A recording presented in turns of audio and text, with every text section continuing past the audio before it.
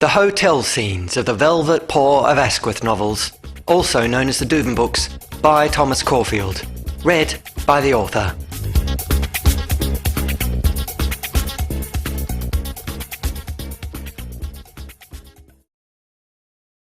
Chapter 3. From The Alchemist of Ra, Chapter 6, in which Oscar arrives at a hotel so spectacular that he narrowly avoids leaving evidence of his awe as a puddle in its foyer before struggling to confirm his reservation at a desk only marginally less impressive. Inside Hotel de Plempte, such concerns left him, and he gawked at the sort of opulence that leaves interior designers snapping their pencils and wondering what to do for the rest of their lives. The foyer was stunning, not just in a visual sense, or even an architectural one. It was also stunning in a very literal sense too. It was stunning in an agricultural, political and culinary sense also, but these weren't apparent from the foyer. It was large and gilded in pink marble. From its ceiling an enormous chandelier hung, with several others in orbit. Their lit glass painted a soft white across a vast ceiling space, and made the pink marble shine in translucent rose. At the foyer's far end, two graceful arcs of staircase wound up to floors above, which overlooked the foyer to render it an atrium. Upon walls either side, huge throws of burgundy velvet cascaded from the ceiling like waterfalls, and hanging plants dripped beside them in frame of deep, shiny green. Besides being stunning, the hotel was also busy. Animals scissored across its foyer like a poorly coordinated finale of musical spectacular. Some waited at an enormous curve of desk that wound halfway along a wall, while the opposite housed lifts which pinged softly when pausing to spill animals across the floor. Upon staircases and balconies, animals meandered, apparently used to such splendour in that they weren't passing out and falling from them. Oscar, however, wasn't used to anything of the sort. As a Velvet Paw of Asquith, he was trained to blend into any environment, which in Plempte wasn't difficult considering it was blanketed in snow. But in a foyer as opulent as this, he had no idea how to, especially when he'd just thrown himself across its driveway. "Can I help you at all?" He turned to a cat in a smart uniform with the sort of smile that had probably booked a suite. "Well, yes, rather," Oscar said. "I believe I have a room booked in the name of Duvin." With a nod, she gestured that he follow her to the massive curve of desk. When she wandered some length behind it, Oscar followed on its other side until she stopped and rummaged through things upon it. "Is that Duvin spelt with a G?"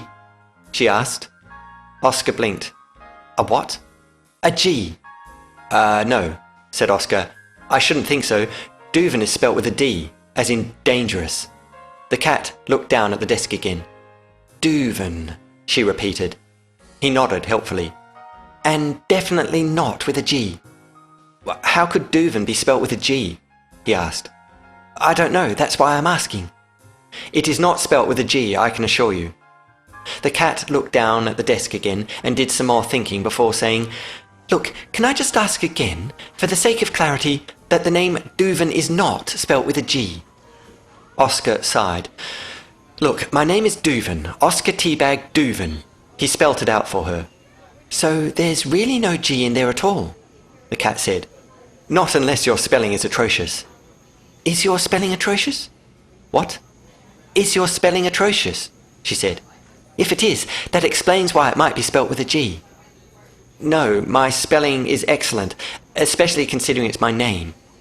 She frowned at more things behind the desk. "Are you certain it's your name?" He stared at her. "You can't be serious."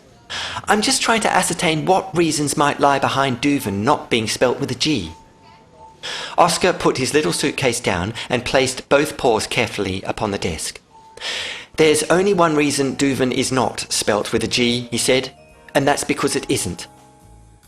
"How old were you when you learnt to spell your name?" "I can't remember." "Well, can you perhaps try? Otherwise this could go on all night." "I think it already has." Some animals arrived at the desk nearby and checked in with no trouble whatsoever. "Listen," said Oscar, leaning closer. "It really isn't complicated. I'm sure my office has booked a room in the name of Duvin. After all, they managed to arrange a taxi to pick me up from the station. Ah, but a taxi doesn't have a desk. No, but it does have wheels. Are they spelt with a G?